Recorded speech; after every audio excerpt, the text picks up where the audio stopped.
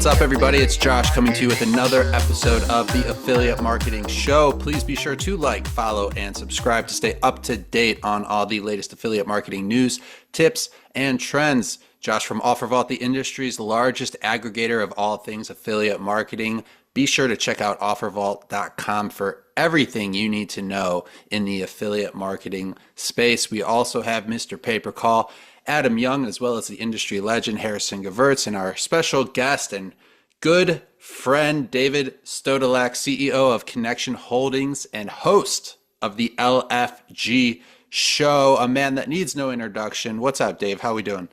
Doing great, man. Good to be on the show. I'm back in my old office in New Jersey here, man. So it's like feeling pretty good, man. Nostalgic, huh?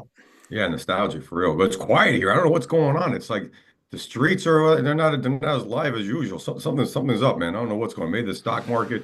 There's a certain vibe, man. It's different here. Well, before we make you our guest of honor, I do want to ask Adam. I saw you gave I don't know if it was a keynote, but a speech at a conference recently, and also I saw you took a PJ there and back home in the same day. Is that right? Wow. I went to the Home Services Growth Summit in Orlando, and I gave a keynote there about pay-per-call. And it was really interesting because I gave a presentation last year. And as I was sitting at the kitchen table thinking about what I wanted to write, I decided not to write anything new. And I walked out on stage and literally said that to everybody, like, hey, I got a confession. I didn't write a new presentation. I'm going to give the same one I gave last year. And everyone perked up and was like, what the hell? And so then I proceeded to literally give the same presentation I gave last year. And people were just like, what is going on? And then I got to the part where last year I showed slides of GOAT Awards. And there were these 3 slides in there, Josh, and had a few of our friends with $1 million GOAT Awards. And it was a very cute thing. I mean, at the time, we were super proud of it. Still am, I guess, now. But I moved on and showed them what had happened since. And there were literally 10, 25, 50, $100 million awards. And I didn't even realize how many of these things we had given away until I made the slides. The slides were shocking. And so I just said to the audience, so I don't know, seems like the presentation worked. If you like money, you probably should talk to our staff. And that was it. And everyone in the audience was kind of just staring at me like, how the hell did that happen? And I got to tell you, I'm really proud of all of the people that have received these awards. They've done some amazing things. And it sort of just tells the story itself. I didn't need to come up with anything new. I just had to show people the results that were generated by leveraging pay-per-call, which is just like super powerful. And it ended up being a really amazing presentation. The MC in the back said to me that he said, that's the only thing they're going to remember today. Because I didn't follow the format. I didn't do what they wanted me to do. I didn't even use all my time, right? Like I only used 20 of the 45 minutes. And it was such a different way to present the information and than what people saw.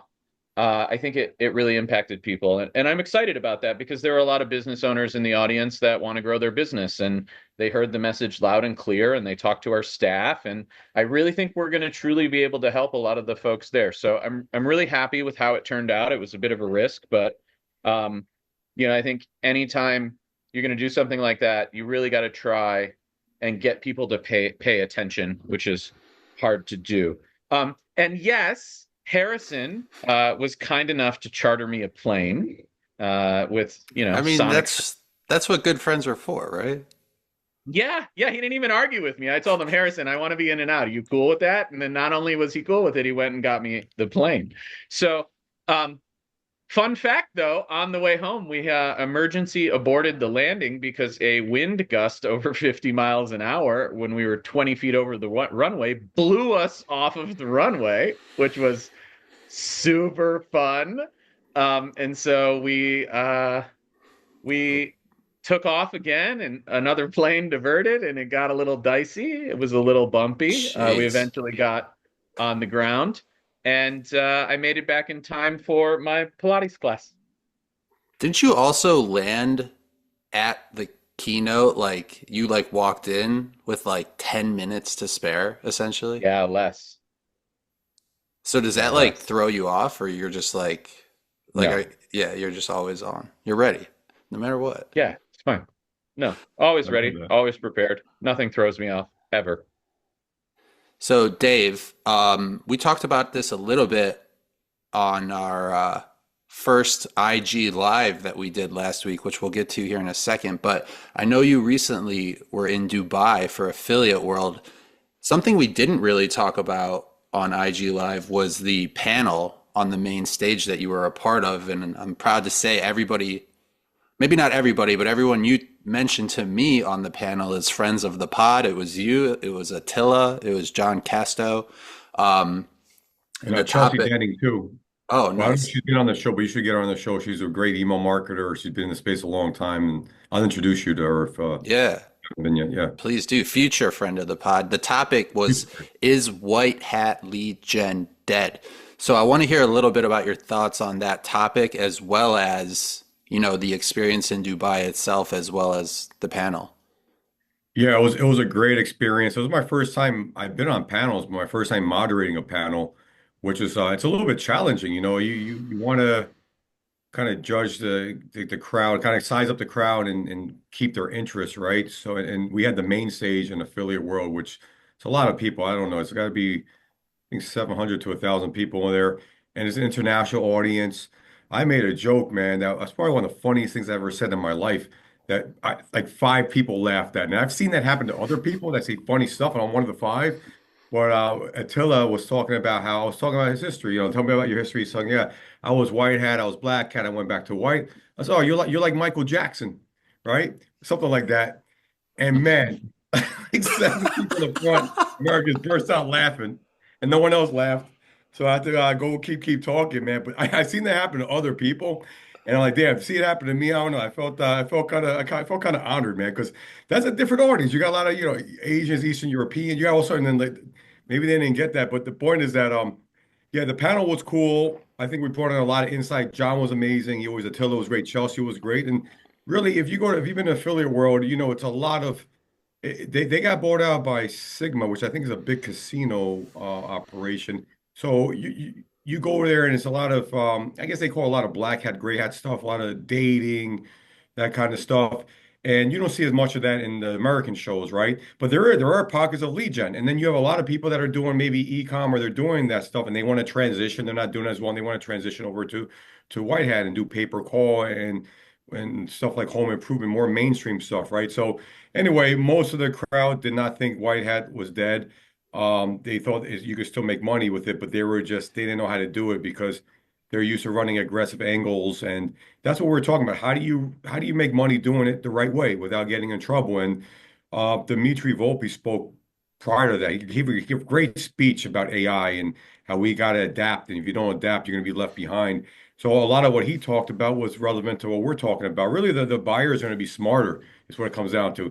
Then you can't play games and say, "Oh, we're running this ad," and meanwhile the leads are coming from a completely different ad. They're going to know right away, and they're already putting tools in place to protect themselves. So it was a great experience. A lot of good information. I learned a lot. I think the crowd got a lot out of it. But yeah, it was challenging. I was trying to moderate well, and I think we did a good job. Honestly, I enjoyed doing it. I'd like to do more of that. But really fun time, and I got out of my comfort zone. I mean, I've spoken a lot. I don't mind speaking. I love speaking, but moderating made me a little bit nervous. I was a little nervous before I got on board on stage, but it felt good. I was glad that I did it. I didn't know anything made you nervous, dude. You got to be nervous. I mean, I feel like even like a little bit. I don't know if Adam gets nervous at all, but like I feel like I always want to. You always want to put your best foot forward, right? So I mean, I'm not like shivering nervous, but I'm like, yeah, this. let's get out there, man. Let's make this happen. And plus, with that audience, it is a little bit of a different audience. I was trying to make sure people weren't leaving, that kind of stuff, trying to gauge the audience. So, I put a lot of, I think any high performer puts pressure on themselves, right, to deliver a good finalized product. I don't get nervous. That's awesome, man. I gotta get on. He just had to chime in. there. He just had to make sure we knew that. Yeah. Okay. Harrison. Here's Oh, go ahead. hold on, real quick, Dave, on that, because I think the way I think about this is really unique, maybe helpful to Dave, because he's great on stage, but like we always want to be better. I do too. So I think the difference is I care deeply and greatly about impacting people in the audience so that they can improve, have a better life, have a better outcome, whatever that is. That's what I care about. I do not care about what the audience thinks of me in any way, shape, or form. I give zero fucks. I really don't. I walk out there, I do my thing, I do my best to impact them, and I try and improve. But to me, I don't see them. It doesn't matter. Like what their opinion is doesn't matter to me. And that's why I'm not nervous. All I care about is how I can make their lives better. And I'm indifferent to the rest. And so I think I'm just not affected by the nervousness of the people in front of me. And I don't know if that comes across in a way that makes sense, might make me sound like a giant asshole, in fact, but needless to say, like that's actually a very like Buddhist principle, Have you ever heard the saying chop wood, carry water? Yeah. It basically means like cut the wood, carry the water, do the work, do it well, and move on. Detach from the results. Yeah. So that's my philosophy. Like, as far as I'm concerned, the people in the audience may as well be plants. Like, when I'm up there speaking, I'm not thinking about their existence or what they think of me. I am thinking about how to deliver the message that makes them take action and gets them to change something in their lives. So it's better. And if I get that out of people, like, it doesn't matter. Nothing else matters, right? And so, I like that, Josh. That's good. Harrison, what do you think about this whole white hat lead gen being dead? It sounds like the overall takeaway was no. I'm assuming you probably... No, I think that guy just doesn't really, that person is struggling making that transition that we've talked about on the show for like literally years now. Like, the transition's not easy. You don't just, snap your fingers and boom, you just went from promoting garbage e-com offers to, final expense lead gen and calls. Like, it's different. You got to figure out how to close, how to convert those customers versus, sell people an air conditioner that doesn't work. So for anyone that missed it... Sorry to those that sell air conditioners. I know some of you. Yeah, just catching strays. Sorry about that. David Stodolak had a great idea. He said, Josh, I want to do something with you on Instagram Live. I think we have the audience. Let's go live and talk about what's hot in the industry right now. So last week, we did our first, what I think we're calling What's Hot, which is first Friday of every month. We'll be going live on OfferVault's Instagram, David's Instagram, I believe your personal Instagram based on the reach, maybe the LFG Show page too, TBD. But we did our first episode, and I got to tell you, there were some unexpected twists and turns, to say the least. First of all, we talked about what's hot. What's hot right now really came down to, in pay-per-call especially, rehab and home services. I think, rehab all the time, home services, especially the time of year, which we talked about. I know Dave will be putting out some edits and shorts from our recent episode, but make sure you tune in first Friday of every month on Instagram Live. I believe we're doing 3 p.m. unless something comes up. 3 p.m. Eastern. Eastern, thank you. Other twists and turns. We may have a new theme song to rival the Affiliate Marketing Show theme song. That is also TBD. Yeah, we played it on the live, and it was getting some positive feedback. It was a hit. People like great feedback, yeah. But most importantly, we had a internet legend, I guess you could call him, Spida-Cuz. I don't know, Adam and Harrison, if you're familiar with Spida-Cuz. I wasn't, but this guy's got... I've been doing this a couple of weeks, and I've never heard of him. He's a social media influencer, I guess. He's Spider-Man, and He holds nothing back. Let's put it that way. This is probably why LinkedIn sent David that message. He got Oh, you know what? That might be why. You're right. I don't know. I told Chance not to put that stuff on LinkedIn. Maybe he did. I don't think it did. I'm just joking. But yeah, Oh, yeah, that definitely would have caused a problem. Spider Cuz, if you're watching, we love you, dude. Can't wait to have you on IG Live in the future. Dave, what were your kind of takeaways from what's hot, and like what do you want people to know about tuning in future? Yeah, that was great. For our first time doing, we did have some technical difficulties the first 5 minutes, but we figured that out. That it's Instagram Live is a whole different animal. And plus, you can't have more than 4 people on. We had a big demand of people trying to get on. We had And who yeah, hopped on? We had Paluzzi pop on. We had yeah, Lucy was dressed as Spider-Man. And he was drinking milk, kind of mocking the other guy drinking Hennessy. He was we drinking saw lactose-free milk. we Yeah. saw your boy Boris hopped on there. We saw Maury hopped on for Sorry. a while. We were trying to Um, get Vic on, Vic Vallo. We were trying to get a lot of people on. I was clicking the button, but Dave was sounding like a 75-year-old man. He's like, I'm clicking the blue button, but nothing's happening. I was like, all right, we'll yeah. get this figured out. But tune in to what's hot. First Friday of every month. That's the plan. Dave, moving to a different topic here, something you kind of threw out to me before we started the recording today, which is staying in your lane and going deeper into your lane. So I'll kind of let you explain like what you mean by that. I think I have an idea, but why don't you kind of lead us off and then, we can kind of see what you mean by that. Yeah, exactly. So I think that from doing this as long as I've been doing it, you guys probably see it as well. Coming off from Affiliate World and prior to Affiliate World, I think we had what was it, Affiliate Summit? We're in Vegas. There's all these shows. I went to a roofing show in San Antonio. There's so much shiny object syndrome in this industry, right? And I don't know who it's crazy. I have a great memory, but I'm having so many conversations. I'm starting to forget who I have these conversations with. But someone was talking about how maybe it was Gary Vaynerchuk. He put something online about how people always say don't hop around, but like entrepreneurs, that's what they do. They like to try different things. It makes them feel alive, right? And you can be successful doing it, but you got to be focused too on what's working. So anyway, coming from those shows, especially Affiliate World is just a different kind of animal. Again, there's stuff that people are doing that you've never heard of, and you hear they're making all this money. Like, oh, I should do that too. But then you lose sight of what's working for you. So essentially, what I'm saying is that I think there's people who in the industry they might be doing well, let's say in debt or something, right? But they're having these ups and downs, and they're not weathering the storm. Because they're not weathering the storm, they talk to someone else, or they might see a podcast. Oh, let me try home services because Dave is doing it, right?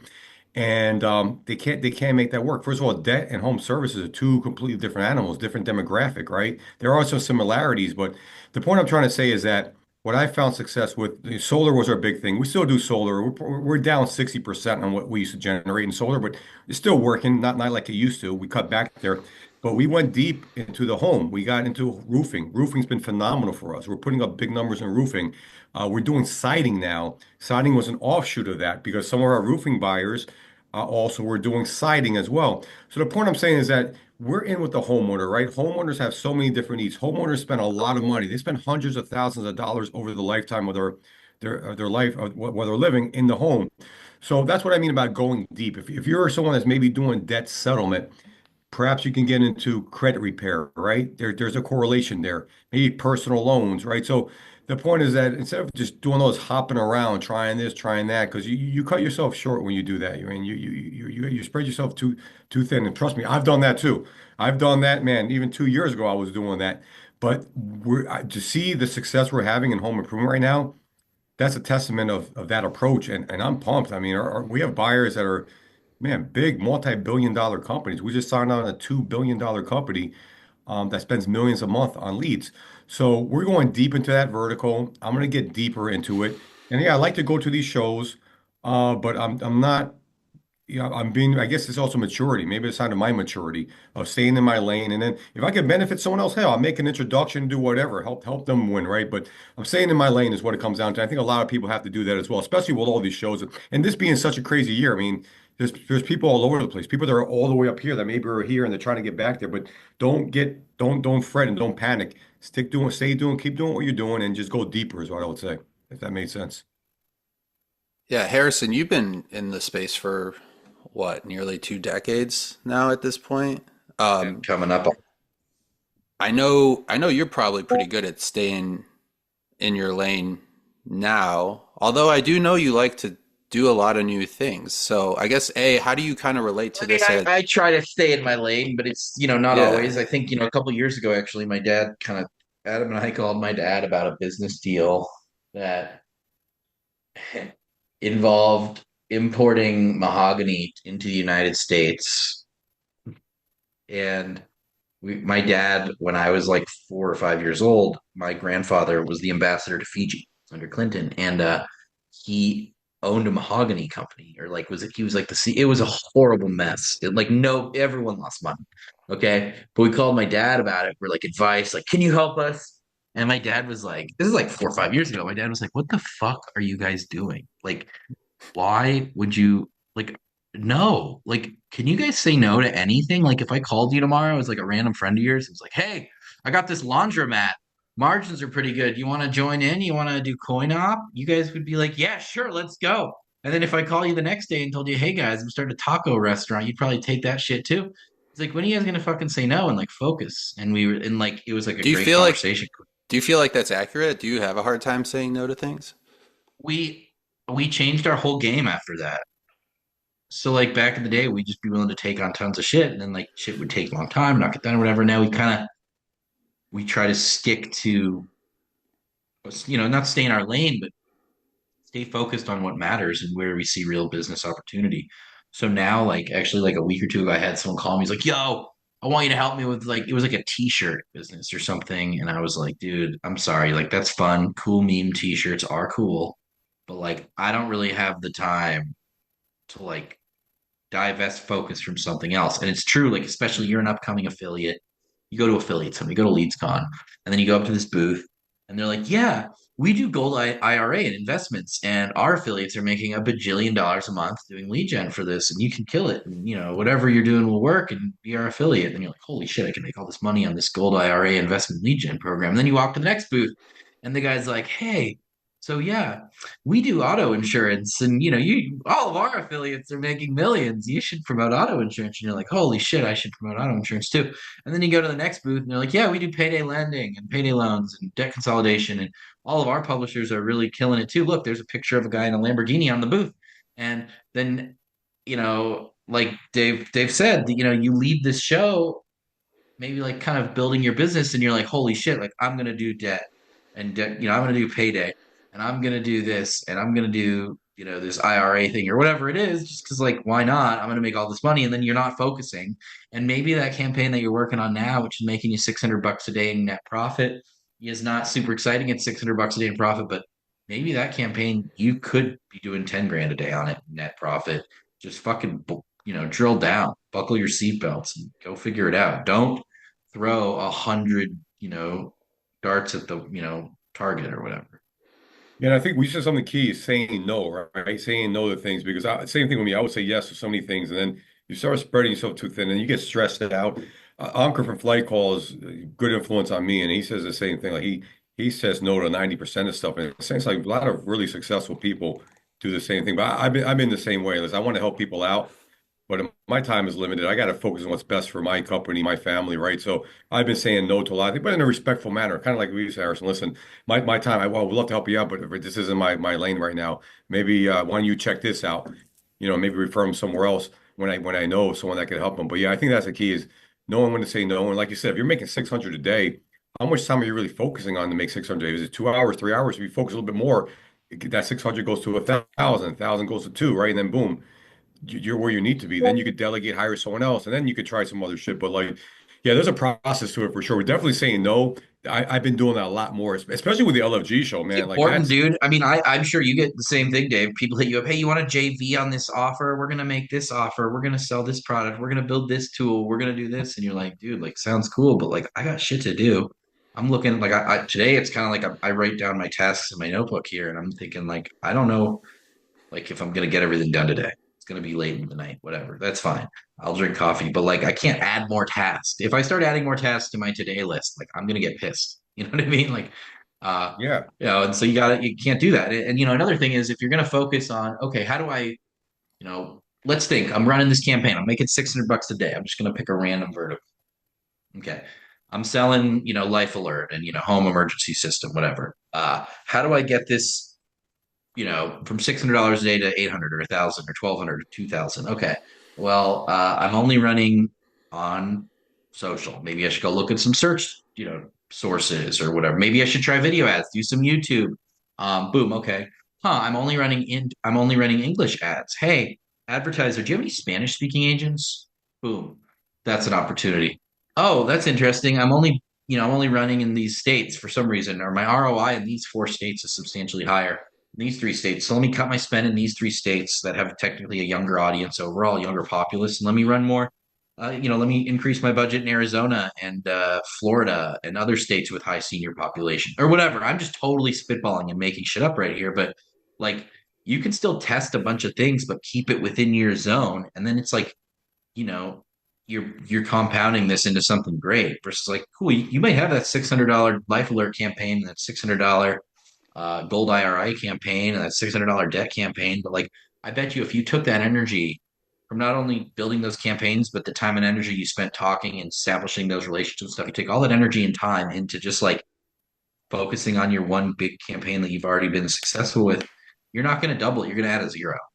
I was gonna say, yeah, this is a great work. This is a great topic here. And what you said about, make you try out a different platform. That's what I mean about going deeper. That if you're doing well in English, hey, how about Spanish? That's if you have something that's working, how can you go deeper? If you're making that 600 a day on Facebook, I mean, have you tried YouTube, right? Or maybe test some on YouTube. We're doing that roofing right now. We actually are starting to make inroads with TikTok, believe it or not, which is not, you would think that wouldn't work, but there are media buyers having success on TikTok with roofing. So that's a whole other, that's gonna be a whole other revenue stream perfectly in time for peak home improvement season. So yeah, that's what I meant about going deeper. It's like there's so many ways to go, but yeah, this is amazing because I think that's one of the biggest issues with new affiliates or new people in the industry that they see money everywhere, and social media can be deceiving too, right? With all the freaking the Lambos and this and that, right? But you got to focus on what you're good at and just press the gas, right? So yeah, I'm glad we talked about this because it's coming on the heels of all these shows. I'm a different man going to these shows than I used to be 2, 3, 4 years ago. I will come back with all these ideas, drive my team fucking crazy, and then we'd be a ship moving this direction. And I say, hey, we got to try this, and we would move here, take a long time to move it, and we will go backwards and mess up our core, right? So now it's like we know our core, we know what we're good at, and I'm not letting stuff get in that way anymore. So yeah, this is huge. Harrison, I want to go back like 15, 20 years when you were kind of just getting started and how it relates to maybe this shiny object syndrome. Like, did you find yourself kind of struggling with that when you were 15 to 24 years old, kind of finding your place in this industry? Or do you feel like you were Well, pretty yes good? and no. I think this is kind of funny, but I think one of the positive things that made that not happen is I I lost money for a while. And so I learned to like not do that shit. Like, Do you feel you like know it what I was mean? Like, mainly because you were jumping around so much? yeah, I do. Yeah. Um, like You look like you're yeah, putting out a fire in real time right now. I was. It's been explained. Okay, No, cool. like, well, no. What I was gonna say is, I was trying to think how to explain it. Like, I think I talked about how one of the first campaigns I ever tried to buy traffic to was a mesothelioma campaign, and that didn't do so well. I think Um, mesothelioma and Trinidad and Tobago are your two most said phrases on this podcast of all time. Great country, never been, great place. But yeah, you're not wrong. I think you But like no, like. Rihanna. Yeah, dude. Well, no, not she, Trinidad and Tobago. It's like the highest ROI I've like ever had in like Yeah. a campaign on a rev share basis on an LTV basis. Like I had only a couple thousand users there because like the whole country is like a couple thousand people. And he was like, Nice. this was something where other country I got those customers for pennies and I made dollars. So it was like, Nice. holy shit. But going back to But no, mesothelioma, yeah, going back to that question you asked, I would say this. I think I learned quickly that there were certain verticals that I wasn't good at as like a young affiliate. So like some of my first really profitable campaigns, they're not really things anymore. Like I really did well with mobile subscription offers, like ringtones and other things. Those don't even really exist anymore. But that's something that I really was successful with. And then some other stuff that I did well on was like lower value lead gen for me at least. And then when I really started to be successful and I had a lot of campaigns, there was a time where I had a lot of big dating campaigns before all of the dating websites consolidate. So like if you've been in this industry a long time, some of my favorite offers from back in the day were like SinglesNet, Black People Meet, True.com, Match.com, which obviously everyone knows. Match.com bought a lot of these websites. Christian Mingle was pretty amazing. JDate, great one. Literally, like I made a lot of money on You do JDate. anything with Ashley Madison back in the day? I did promote Ashley Madison too. I'm gonna be honest, I didn't get paid. Fuck you guys. You know, I saw there when I was on a flight to You're Dubai. watching I watched Ashley it. Madison. Yeah, the documentary. Yeah. Fuck Ashley Madison. Oh, that guy, you know, the kind of big dude. I'm Yeah. like Facebook friends with Evan. He's a cool guy. He was cool. Here's what happened. They were mostly like another here in the more adult niche. I did very well with fling.com. That was a good adult dating website. But what happened was I was doing a shitload of leads for fling.com. And then Ashley Madison knew that, and they sent the affiliate guy, who's a very nice guy. He's in the movie. His name's Evan. And he's like, yo, like promote our offer, whatever. We'll pay you X dollars per sale or something. Like they didn't do per lead.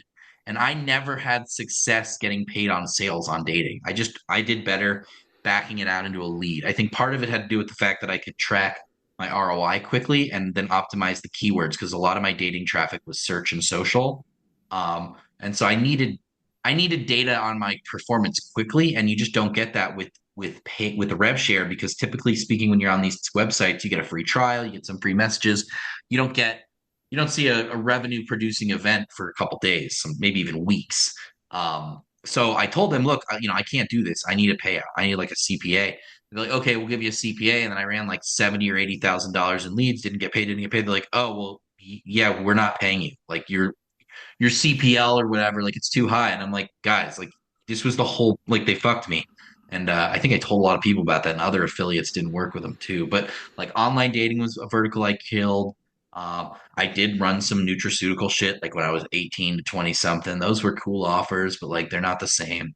And one of my favorite things I've talked about was finding offers in the US and finding non-English equivalents outside of the US. So it's good shit. That's awesome.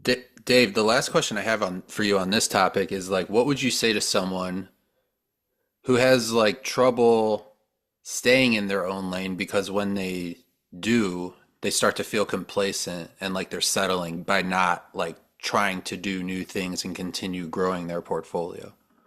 I think that's where you have to have a team, right? Or have somebody that can take over or kind of drive that be the driver in that lane. So maybe I'm like that too. My partner, I know Ed was on the show, and Ed's a little bit more disciplined with me than me when it comes to that. But you got to have uh, it's almost like you have that itch, right? Okay, you want to satisfy that urge or whatever to go in this like try this other thing out, right? So I think it comes down to knowing the time, allocating your time, and knowing your worth. If you're gonna I'm a big believer in time management. I've been time blocking recently, breaking chunks of my day. So I have chunks of my day where I'll block off for, having new meetings, exploring new things. We call like R&D, or research and development, right? So I have my right hand people. I have Amanda on my team, no one knows her, but she's been with me for 12 years. And I could go to Dubai, I can travel the world, and she's running the company, right? So the point is That's that cool. yeah, so I think you need to have someone that could take care of your core business for you, right, while you're away, and then you can test things out. Because I'm not when I say stay in your lane, yeah, you want to stay in your lane. You still want to try things out, but don't try a million things out. To research the things, see what the payouts are, what the ROI is on that, and test small. But you have to have someone that can keep that baby fed, right, and keep it warm and sheltered and all that stuff. So I have a good team. I have a VP of sales. I have Amanda. I was really like my integrator at the end of the day, making sure people are doing what's supposed to do. I have compliance. So these guys send me daily reports.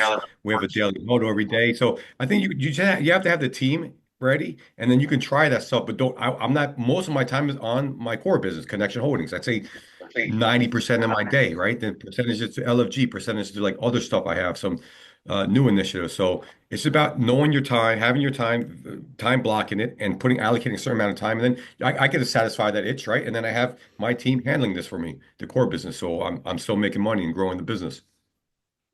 Shout out to Ed Payne, friend of the pod. He still has not taken my advice, which was starting his own podcast called Pain Points. It's probably the greatest name I've ever come up with. But speaking of podcasts, you mentioned the LFG show. I like it. I like it. It's Yeah, a great yeah. name. I'm gonna make sure he does it because you know what? We're building out a studio in Fort Lauderdale. He goes there often to that to where he's at, and we'll make it happen. I'll make that a reality. Trust me.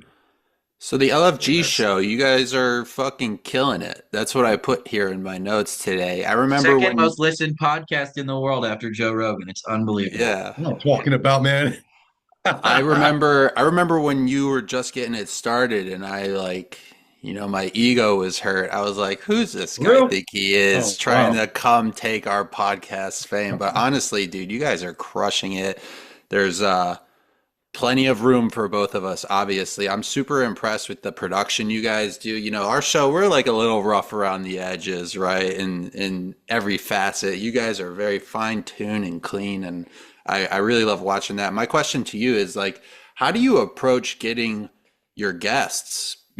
Because I feel like they're always like awesome. Are they people like and have been working with? Are they people reaching out to you? Are you kind of going out of your way to find them? Like, what's your formula if you're okay sharing it? Because I'm sure other people who have their own podcasts are watching and they're kind of trying to always find the right people to bring on. Yeah, that's a great question, and I appreciate the feedback. And we've only been doing this a little bit over 12 months. It might be 13 months right now. So we're learning as we go along, and we're fine tuning things, and it's a process. We're at the point right now where we're going to treat this we have to treat this as a business. I need to get more people involved in it. Right now, it's me, it's Chance, and we have an editor, it's three of us. But there's stuff we got to do, like analytics on some of the, some posts perform better than others at certain times of the day. YouTube is just a whole other animal that we're trying to figure out, right? LinkedIn, some stuff. So it's a whole different animal. So we're going to start allocating more time, more money. We got some JVs, people that have interesting proposals. I mean, to us where they can add some really good guests to the show. So we're exploring a lot of things. I think this is going to be the year where we really take off. But I appreciate the feedback. So to answer your question, that I've been, man, I graduated college, NYU in 2001. I graduated during a really interesting time in American society. You had the dot-com bubble was all inflated, then it burst. Couldn't wait to get out of college. I'm like, I'm gonna make all this money. Saw my roommates from a year earlier getting sign-on bonuses for like nothing, getting traveling all over the world. It was a crazy time to be alive. When I graduated, the whole shit fell apart, right? So I've seen a lot of stuff that other people haven't seen. I've been part of some crazy startups that blew up from like two people in the call center to hundreds of people. Owner sold it for multiple nine figures. So I've seen a lot of stuff. I've experienced a lot of stuff, and everywhere I've gone, I've brought value. I've tried to bring value. So because of that, I think people trust me. I've had people on my show that they wouldn't go on any other show. They wouldn't want to be on any other show because I don't, they're kind of shy, but I kind of coax them to do it because they want to help me out and they know me. So to answer your question, a couple of years ago, I'm sitting with my wife. I'm like, you know what? I'm seeing people at podcasts. I'm like, I think I could do a freaking podcast. I know so many people. I know clients. I have friends. Like I know people from 20 years ago who will guest. They even like Spider Cause. Like that's a weird story, but like he's on the show. I know when you talk to Ed, Ed talked about how I became tight with one of Lionel Messi's inner circle, right? And I went to business Yeah, with this dude. guy. Yeah, yeah, Like yeah. I just find myself in these circles, man. And I've been fortunate that I haven't really had to reach out to people to come on the show. I mean, I haven't had to like try to like pay. I haven't had to pay anybody. It's just people that I know inside of my circle. I do know that circle is going to run dry sometime soon, but I don't even know because you have one person on the show, then they know another person. So essentially, it just comes down to me knowing people, me hitting them up.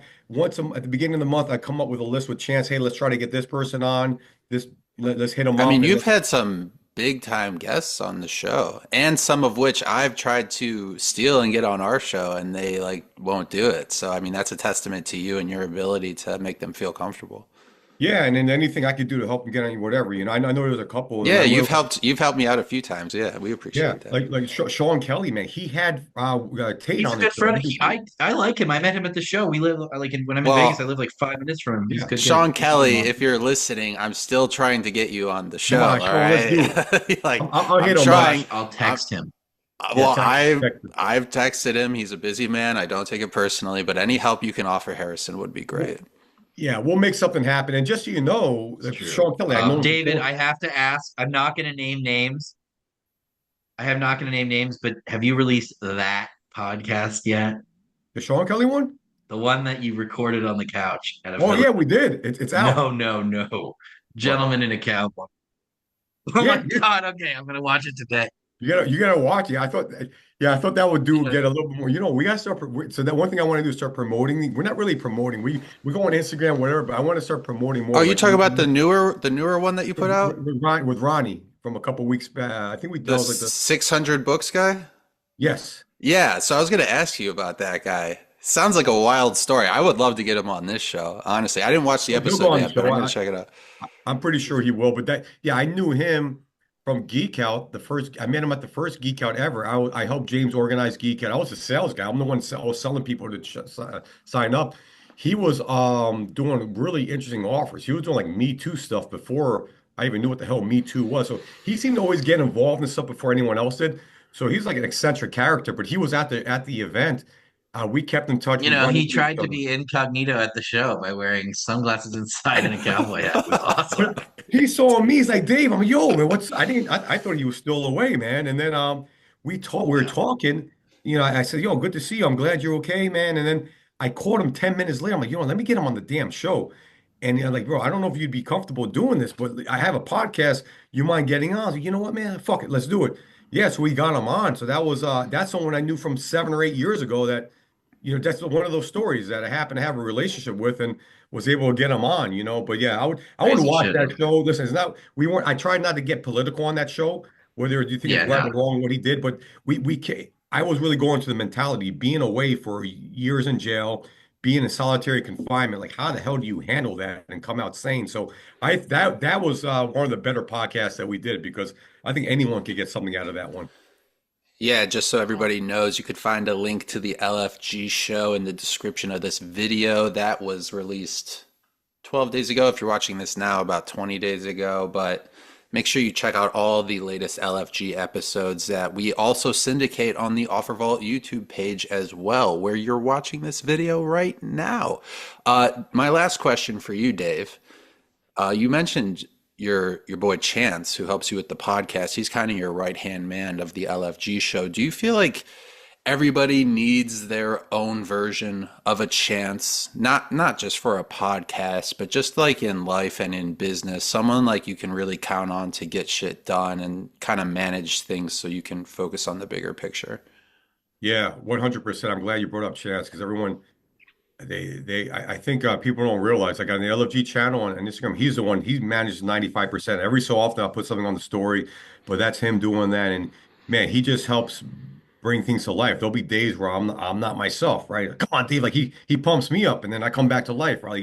He gets me going. And the thing with him is that he comes from a sports background. He was a quarterback I in know, dude. I didn't college. know that. He told me that. Yeah. I was like, what? That's Yeah, crazy, so dude. he's got that competitiveness about him. He was in the lead gen space, so he gets leads. He's almost like a wingman. Like we'll be at shows, and like he might know I'm looking for debt leads or I'm looking for home improvement, whatever it is. Hey, talk to this guy, and he's helped us get deals, man. So he's an extension of me for sure. And I mentioned Amanda earlier. I don't know where I'd be without Amanda. She gets shit done, and Chance is another one like that. He gets stuff done. So I'm very fortunate to have him on the team, and we're gonna do a lot of big things together. And he gets me. Like he's one of the rare people that can hang with me, man. He can go out late. He's been out with me like 6 in the morning in Vegas, gets up 2 hours later, and then boom, we'll go to a speech or whatever. And a lot of people can't do that, man. So it's and I'm not asking him to do it. He's doing it because he wants to do it and he enjoys doing it. So he can hang with me, which is awesome. He gets my personality. Yeah, and I think that no matter what you're doing in business, you need that right hand person, kind of like Batman or Robin, someone that compliments you, that gets you. And he's seen some shit happen. He's been with me where fucking 6-figure mistake we made, And I'm like besides myself, like, how the fuck did we do this, right? And try to pep me up, man. And like it took me a couple days. I mean, I'm still trying to get through it, but like he's seeing like the good, the bad, and you need people like that that see all sides of you. And that's what helps, I think, make me shine better on the show. And that he knows he knows when I'm on and off. He knows when to get me back going. So yeah, he gets me, man. So it's I feel like everybody needs that no matter what you're doing. Sorry if you mentioned this and I missed it, but how did you meet Chance or how'd you find Chance?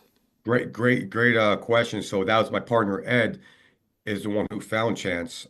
So what happened was we have our company Connection Holdings.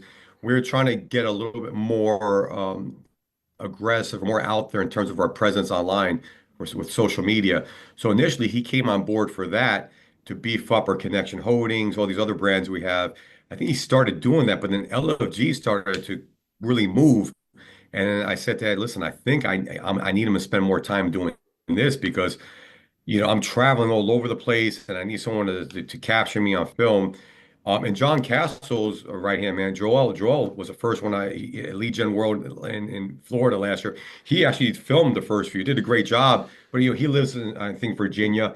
So Chance happened to be in Florida, an hour away from me, very close to me, right? He came from the lead gen space. So he came with me to Vegas to Affiliate Summit, kind of shadowed me. I want him to shadow me to see how we had chemistry.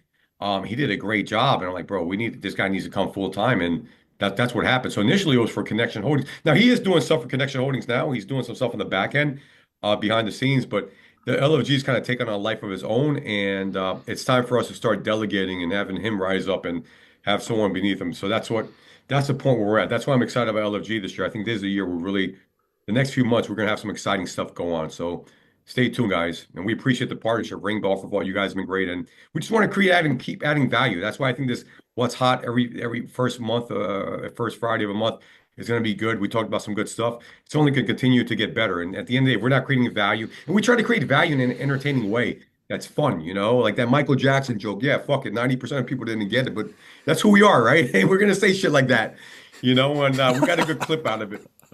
So that's You the just fucking way. never That's how we know. do things, man. You never know what's going to Yeah. happen when Stodolak and Sebo are getting together, right? I think that's the moral of the story. Yeah. For myself, Exactly. Josh from OfferVault, Mr. Paper Call Adam Young, the industry legend Harrison Gevirtz, and our special guest David Stodolak, CEO of Connection Holdings and the host of the LFG Show. Let's fucking go. Let's make that Fucking go, paper. man. Let's make that paper. Let's make that dough. This was the Affiliate Marketing Show. We will see you next time.